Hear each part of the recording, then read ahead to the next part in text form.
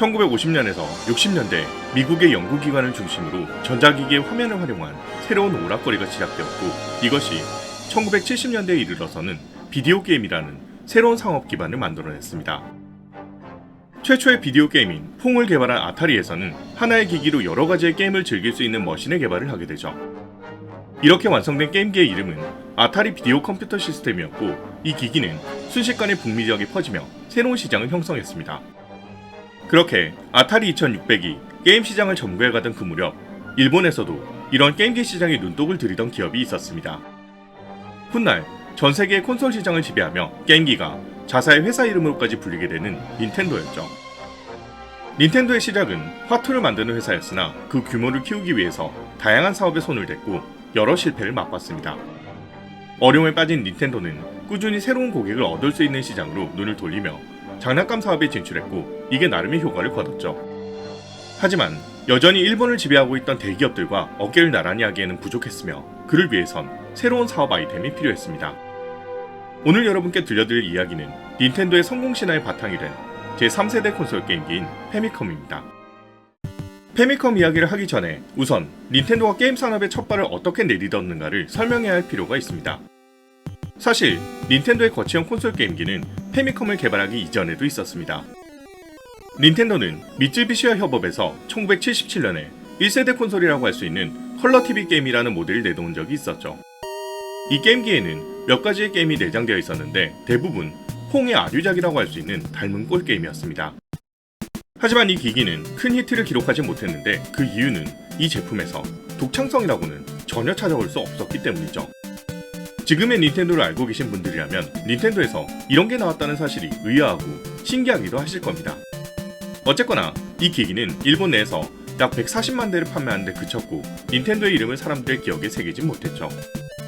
당시 닌텐도의 개발 1팀을 담당하던 리더는 휴대용 콘솔의 아버지라고 불리는 요코이 군페이였는데, 요코이는 1977년경 신칸센에서 이동하던 중 어떤 사람이 계산기에 내장된 간단한 게임을 가지고 노는 것을 목격하게 됩니다.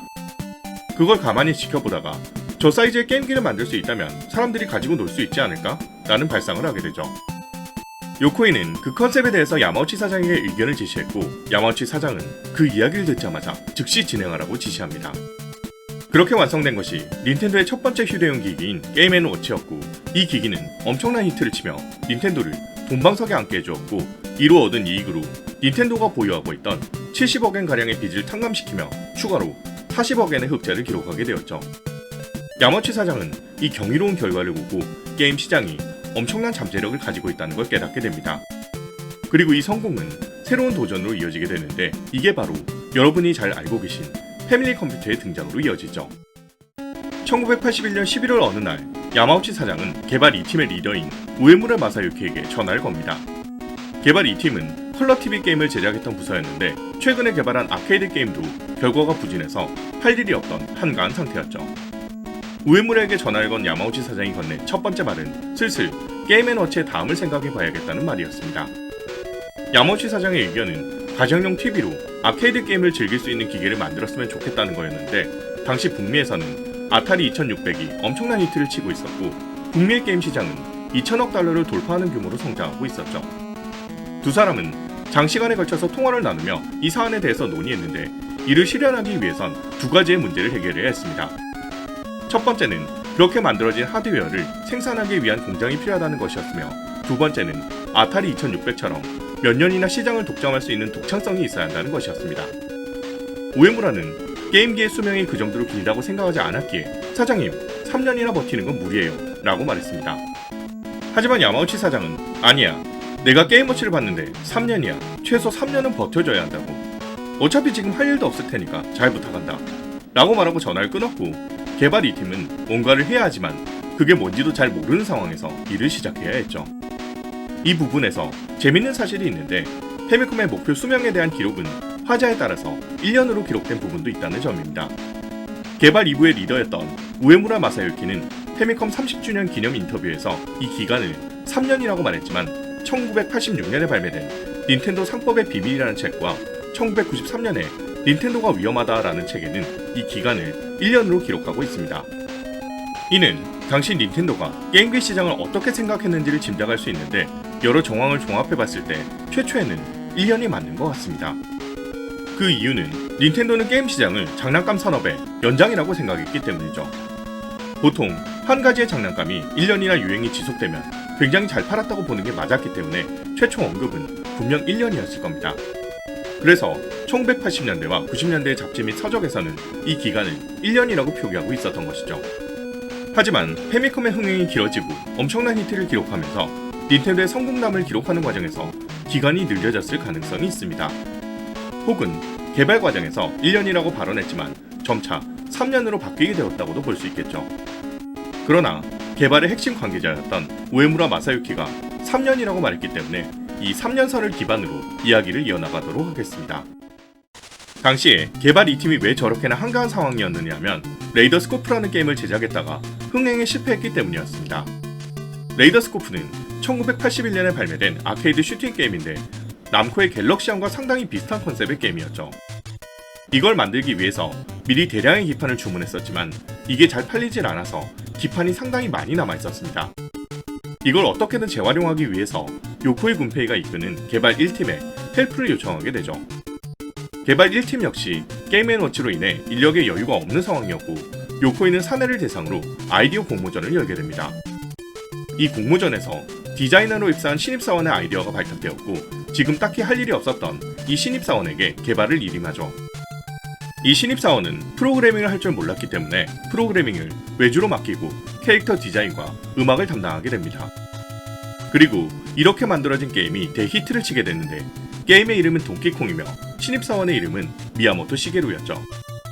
이 동키콩의 성공으로 인해서 닌텐도는 개발 중이던 차세대기를 개발하기 위한 자금을 추가로 확보할 수 있었습니다. 더불어 우에무라는 이 동키콩의 성공을 보고 외적인 요소보다는 게임의 재미가 가장 중요하다는 것을 깨달았죠. 이 순간 페미컴의 런칭 타이틀은 동키콩으로 결정되었고 게임기의 스펙도 이 게임의 완전 이식을 목표로 하게 되었습니다. 그걸 실현하기 위해서는 아케이드형 동키콩의 회로를 기반으로 게임기의 LSI를 개발하면 가능할 것이라는 계산도 하게 되죠. 야마우치 사장은 이후로도 개발 2팀에게 개발 중인 게임기에 대한 요구사항을 끊임없이 내놓았습니다. 게임이 내장된 방식이 아니라 지속적으로 게임 소프트를 교환하는 방식을 채택할 것과 앞으로 3년간은 경쟁 기종이 등장하기 어려운 사양이어야 할 것, 발매 가격은 절대로 1만엔을 넘어서는 안 될 것, 현재 게임 앤 워치를 제조하고 있는 샤프전자와는 절대로 협업하지 말 것, 그리고 1982년까지는 결과물을 내놓을 것이었습니다. 이 요구들을 살펴보면 닌텐도가 당시에 게임 산업을 장난감 사업의 연장으로 생각했다는 것을 엿볼 수 있습니다. 야마우치 사장의 지론은 장난감은 1만엔 이하여야 팔릴 수 있다는 것이었고 1980년대 초반에 그 가격은 굉장한 고가였죠. 당시의 개발 2부는 우에무라를 포함해 5명밖에 안 되었는데 대부분은 게임 앤 워치의 제작을 도와주고 있었습니다. 그래서 그 인원들을 모두 불러들였고 현재 판매 중인 모든 콘솔을 구입해서 뜯어보고 분석하는 데 주력했죠. 하지만 이들은 모두 1세대 콘솔이었기에 스펙이 낮아서 페미컴의 개발에 전혀 도움이 되지 않았는데 이때 한 회사의 관계자가 닌텐도를 찾아옵니다. 이 회사는 미국의 기업인 콜레코였는데 미국에서 아타리와 경쟁하기 위해 콜레코 비전이라는 게임기를 만들고 있었죠. 그들이 동키콩의 라이센스를 받기 위해서 자사가 개발한 이식 버전과 기기의 프로토타입을 가지고 와서 시연을 해보였습니다. 이때 상당히 매끄럽게 플레이되는 동키콩을 보고 우에무라는 적잖이 놀라게 되었고 현재 기획 중인 닌텐도의 게임기가 갖춰야 할 스펙은 최소 이 정도는 되어야 한다는 걸 인식하게 되죠. 게임기 제작을 위해 가장 먼저 결정해야 할 것은 CPU였는데 당시 닌텐도가 가장 왕성하게 거래를 하고 있던 회사는 샤프전자였습니다. 하지만 샤프전자는 게임 앤 워치를 생산하고 있었기 때문에 다른 회사를 찾아야 했고 우에무라는 일본의 모든 반도체 회사를 찾았죠. 그러나 이 시기에 대부분의 백색 가전에 제어용 IC가 들어가기 시작하면서 대형 반도체 제조사들은 닌텐도의 요청을 거절했습니다. 마지막으로 접촉한 것이 바로 당시의 반도체 공장을 막 제조한 리코였는데 거래처가 없었던 리코는 흔쾌히 닌텐도의 제의를 받아들였죠. 이는 닌텐도에게 있어서도 신의 한 수가 되었는데 당시 리코가 반도체업을 시작하면서 전 미쯔비시의 스태프들을 다수 스카우트했기 때문이었습니다. 이들은 1977년에 개발 2팀이 담당했던 컬러TV 게임 시리즈를 개발했던 사람들이었기에 소통하기도 훨씬 쉬웠죠. 페미컴의 등장에는 정말 여러 우연과 행운이 겹쳐 있다는 것을 다시금 느낄 수 있는 대목이기도 합니다. 닌텐도가 CPU를 사용하려고 했던 모델은 Z80이라는 모델이었는데 이것은 PC8001과 6001에서 사용되던 범용 모델이었습니다. 하지만 리코의 스탭들은 자사가 제조 라이센스를 보유하고 있던 6501을 추천했는데 이 CPU는 애플2에 탑재되었던 것과 동형의 모델이었죠. 최종적으로 닌텐도는 리코의 스텝이 추천했던 6501을 선택하게 됐는데 그 이유는 일반적으로 사용되지 않았던 기종이기 때문입니다. 예전 영상에서 세가가 서드파티를 배척하고 영입하지 않으려고 했던 일이 있었다고 말씀드린 바 있는데 이건 닌텐도도 그랬죠. 그 이유는 닌텐도가 게임 사업을 장난감 사업의 연장이라 생각했듯이 세가 역시 아케이드 사업의 연장이라 생각했기 때문이었습니다. 즉, 다른 기업이 자사의 게임기로 게임을 만들게 되면 자사의 이득이 그만큼 줄어들게 될 거라는 1차원적인 생각을 했기 때문이죠. 일본에서 비디오 게임 시장은 굉장히 생소한 것이었고 자사의 게임기나 게임들이 얼마나 팔릴지 모르는 미지의 세계였습니다. 그러니 안 그래도 작은 시장을 다른 기업들과 쪼개서 나눠 먹는다는 건 생각조차 할 수 없는 거였죠. 닌텐도는 대중적으로 사용되지 않는 CPU를 사용하면 타사가 카피하기 어려워지고 그만큼 게임기의 수명도 길어질 거라고 생각했습니다. 닌텐도는 개발 과정에서 리코에게 CPU와 그래픽 유닛인 PPU가 결합된 LSI의 생산 비용이 2,000엔을 넘어선 안 된다는 조건을 제시합니다. 이건 그 당시나 지금이나 말도 안 되는 파격적인 가격이었는데 리코 역시 그 가격으로는 어렵다는 의견을 피력하죠. 가격을 협의하는 과정과 관련된 이야기 중에서 가장 유명한 것은 가격 조정을 위해 닌텐도가 300만 대를 주문하기로 했다는 설입니다. 이는 후지타 나오키의 패미컴 개발과 비디오 게임 산업 형성 과정에 종합적 고찰에 등장하는 이야기인데 별도의 출처는 없으며 훗날 야마우치 사장이 그런 계약은 없었으며 반도체는 양산하면 그만큼 가격 인하가 되니까 리코가 받아들였을 거라는 말로 부인했죠. 워낙 오래전 이야기이고 계약의 주체였던 야마우치 사장도 지금은 고인이 되었으니 확인할 길이 없다는 게 아쉽습니다. 중요한 점은 결과적으로 이 계약은 이뤄졌고 차세대 콘솔 기기에 LSI 사양이 확정되었다는 점이죠. LSI의 사양이 확정된 단계에서 리코는 회로도를 작성하고 닌텐도와 공동으로 시작기를 개발했으며 꽤 만족스러운 성능이 나왔습니다. 이후로는 기기 개발의 가속도가 붙으며 1982년 10월경부터 전체적인 기기의 사양이 검토되기 시작했죠. 그렇게 시작기는 완성되었지만 문제는 이걸 기반으로 소프트웨어 개발 툴을 만들어야 했다는 겁니다. 개발부에도 프로그래머는 있었지만 한 번도 써보지 않았던 생소한 CPU였기에 제대로 다룰 수 있는 사람이 없었죠. 이걸 해결하기 위해 급하게 구인 광고를 진행했는데 지원자는 단 한 명뿐이었고 그조차도 지금 대학에 다니고 있는 재학생이었습니다. 그리고 아케이드용 동키콩을 시작기로 이식을 하기 시작했는데 문제는 이게 제대로 작동하지 않았다는 점이죠. 이식이라기보다는 처음부터 아예 새로 만드는 수준이었기 때문에 개발을 진행하는 과정에서 개발 기기 옆에서 동키콩을 플레이해보고 그걸 눈으로 카피하는 식으로 제작할 수밖에 없었습니다. 1983년 봄이 되어서야 아주 강력한 조력자가 나타나는데 6502의 살아있는 매뉴얼이라고 불리던 가토 슈에이가 입사한 거죠. 가토 슈에이는 학생 시절 6502의 프로그래밍 경험이 있었기 때문에 신입 연수도 건너뛰고 즉시 현업에 투입됩니다. 그리고 닌텐도의 선배 사원들에게 6502의 프로그래밍을 강의하면서 닌텐도의 다른 사원들도 개발력이 올라가죠. 그렇게 지지부진하던 동키콩의 개발은 이 시점부터 급물살을 타게 되면서 패미컴의 발매 전에 개발을 완료하게 됩니다.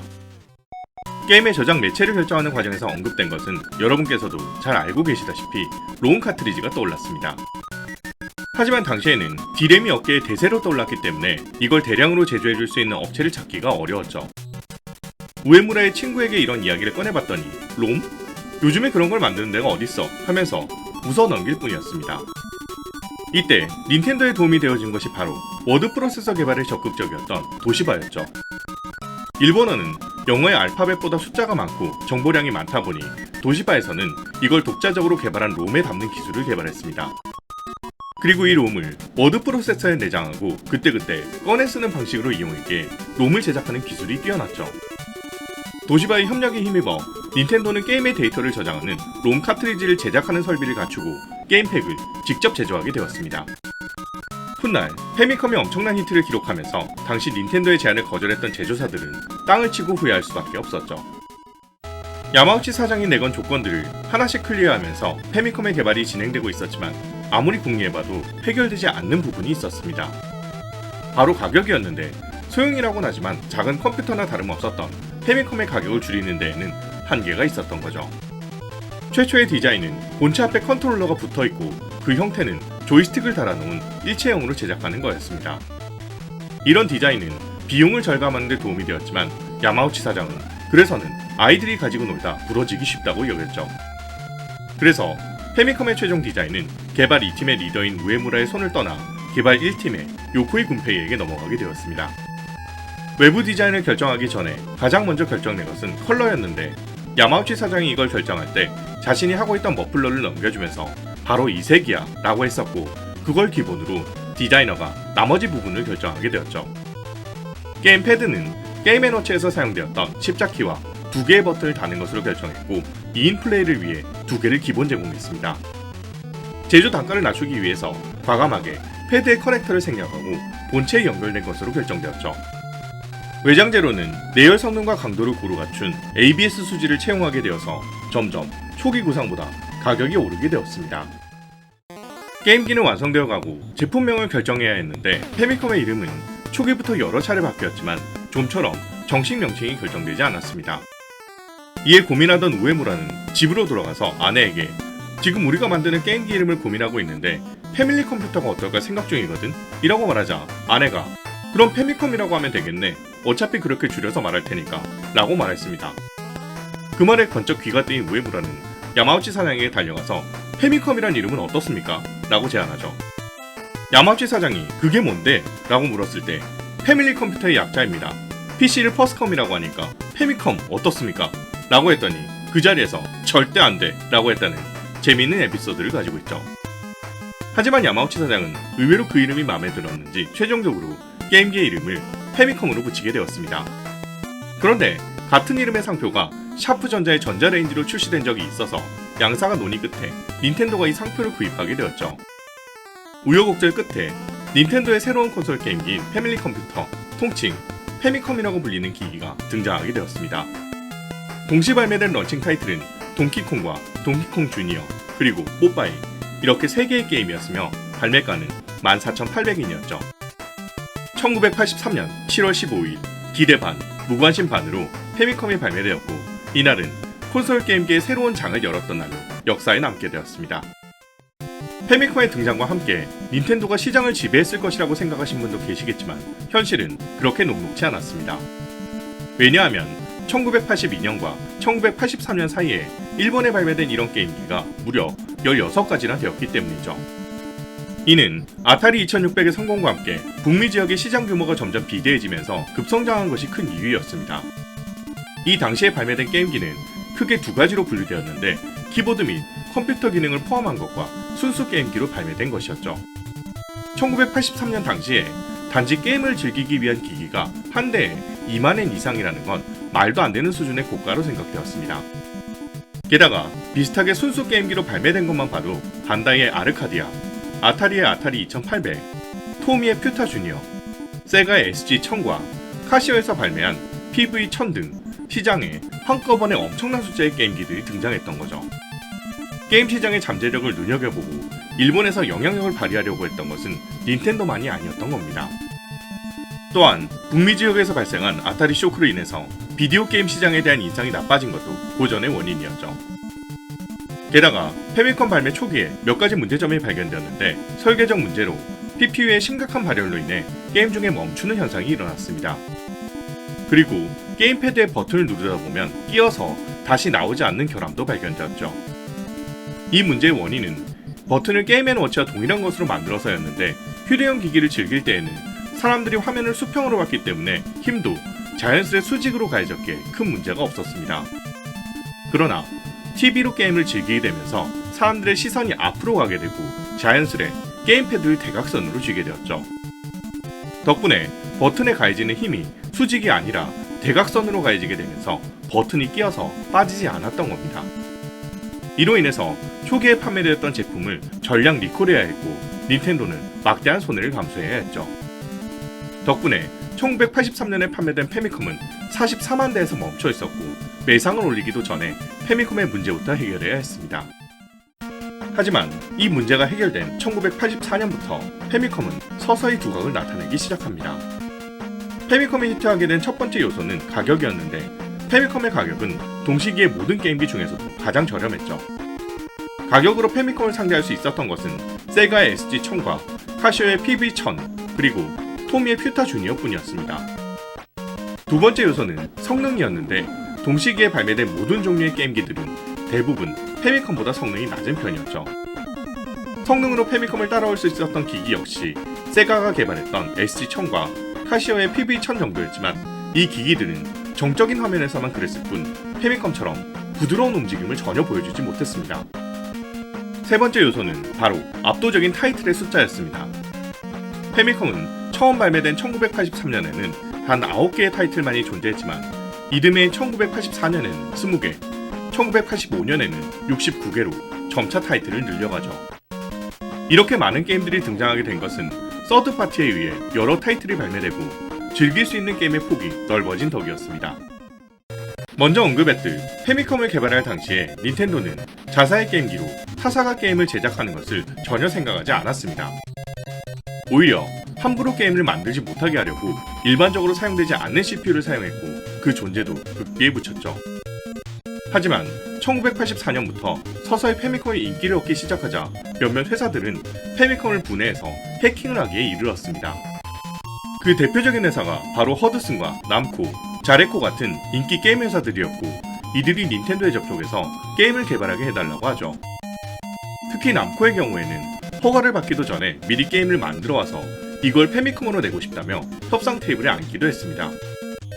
이건 닌텐도가 전혀 예측하지도 못한 사태였기에 굉장히 당황했고 닌텐도는 장고 끝에 이들에게 게임 개발을 허락하게 되죠.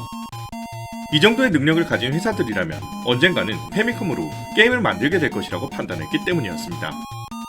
그리고 앞으로도 이런 회사가 나타날 테니 그에 대한 확실한 준비를 하는 것이 보다 중요하다고 판단했던 거죠. 그리하여 닌텐도는 약 2년에 걸쳐 그 절차를 만들게 되는데 이게 바로 슈퍼 페미컴 이야기에서 등장했던 라이센스 규칙입니다. 자세한 내용이 모두 외부로 밝혀지지는 않았으나 현재 알려진 대표적인 내용들은 라이센스 계약 시에 일정 비용을 닌텐도에 납부할 것과 한 대 500만엔인 개발 기재를 빌리거나 구입할 것, 1년에 발매할 수 있는 게임의 숫자 제한, 카트리지의 제조를 닌텐도에게 위탁하고 비용을 선납해야 하며 게임의 내용을 검열할 수 있다는 등의 조건들이었죠. 당시 업계에 큰 손으로 군림했던 남코와 아이렘, 자레코, 코나미, 타이토, 허드슨에게는 일부 조건을 완화해주며 우대 계약을 체결했습니다. 우대 계약을 체결한 이 회사들은 자사의 우수한 게임들을 앞다퉈서 페미컴으로 개발했고 이 게임들은 엄청난 히트를 기록하게 되죠. 그 결과는 당장 1984년부터 엄청난 판매량의 격차를 낳았고 페미컴은 일종의 사회적 현상이 될 정도의 히트를 기록합니다. 비슷한 시기에 세가 역시 이러한 요청을 받았지만 무관심한 태도로 일관하며 서드파티를 유치하지 않았던 것과는 대조적이었죠. 1985년은 시장의 판도를 완벽하게 결정지은 해였는데 바로 닌텐도의 간판 타이틀이 된 슈퍼마리오 브라더스가 발매되었기 때문입니다. 플랫폼 게임의 결정판이라고 할 수 있는 이 게임은 멋진 조작감과 부드러운 화면 스크롤, 완성도 높은 그래픽으로 엄청난 인기를 끌었죠. 게다가 이 게임은 페미컴이 북미에 발매될 당시에 런칭 타이틀이기도 했으며 게임 역사상 최고의 런칭 게임으로 꼽히기도 했습니다. 그 인기가 어느 정도였냐 하면 전 세계적으로 무려 4,024만 장을 판매하며 페미컴이 세계 시장을 장악하는데 1등 공신이 되었죠. 개발 당시에 대략 300만 대에서 400만 대를 팔면 성공적이라고 생각했던 페미컴은 이 게임의 등장을 시작으로 전 세계적으로 폭발적으로 팔려나가기 시작하면서 순식간에 1000만 대의 판매 기록을 달성하게 됩니다. 1986년에는 닌텐도뿐만 아니라 각 서드파티들의 개발력이 올라가면서 트윈비나 젤다의 전설, 드래곤 퀘스트 같은 작품이 등장합니다. 이런 게임들의 등장으로 인해 대부분의 게임 장르가 액션, 스포츠, 슈팅이던 아케이드 시장에서 벗어나 장르의 분화가 이루어지기 시작하죠. 드래곤 퀘스트의 등장은 그와 정반대의 노선을 걷는 새로운 RPG인 파이널 판타지를 등장하게 했으며 이렇게 등장한 게임들은 그 다음의 게임에게 영향을 주면서 게임 개발사와 게임 업계를 하루가 다르게 성장하도록 만들었습니다. 페미컴은 이후로도 무수히 많은 명작들을 쏟아냈고 기존 작품의 후속편들도 연이어 히트하는 등 그 기세가 하늘을 찌를 듯 했죠. 1986년부터 1991년에 이르기까지 매년 발매되는 타이틀이 100개 이상이었으며 후속기인 슈퍼 페미컴조차 발매 초기에는 페미컴의 두터운 벽을 뚫지 못해서 시장을 장악하는데 어려움을 겪어야 했을 정도였습니다. 특히 북미에서는 그 인기가 가히 폭발적이었는데 아타리 쇼크 이후 완벽하게 붕괴된 미국의 게임 시장을 단숨에 부활시켰죠. 닌텐도가 곧 게임기를 나타내는 대명사가 되어버렸을 정도였으니 당시 페미컴의 영향력이 어느 정도였는지 실감이 나실 겁니다. 최종적으로 페미컴은 일본 내에서 1935만 대, 북미에서 3,400만 대, 전 세계적으로 6,191만 대를 판매하며 콘솔 시장을 완전히 지배했습니다. 고작 700여 명이 근무하고 있던 작은 회사는 장난감 회사를 거쳐 비디오 게임 회사로 변신하며 그 정상의 자리에 서게 되었죠. 닌텐도는 이제 1년 순이익만 500억엔이 넘는 회사로 성장하며 전 세계 사람들이 인정하는 최고의 게임 회사가 되었습니다. 야마우치 사장은 당시 페미컴의 성공과 관련해서 코멘트한 적이 있는데 그 내용은 다음과 같습니다. 닌텐도의 급성장이 흔히 화제에 오르곤 하는데 대국적인 전략을 세우고 그걸 실현해 나간 것처럼 보일지도 모르겠습니다. 하지만 사실은 전혀 다릅니다. 명확한 경영 전략이 있었던 게 아니라 말 그대로 시행착오의 연속이었죠. 그 거듭된 실패 속에서 한 줌의 운에 선택받았을 뿐입니다. 닌텐도는 운이 좋았던 것 뿐이에요. 닌텐도의 성공은 버블 경제로 인해 엄청나게 호황을 누리던 일본의 경제력을 등에 업은 덕분이라는 것은 틀림없는 사실입니다. 하지만 한순간에 주어진 운으로 몇십 년간 정상의 자리를 지키는 회사는 절대로 존재할 수 없습니다. 성공을 위해 노력하는 것을 결코 게을리하지 않아야 비로소 자신에게 주어진 운을 활용할 수 있는 것이죠. 페미컴이 등장하기 전에는 게임이란 기본적으로 오락실에서 동전을 넣고 즐기는 것을 의미했습니다.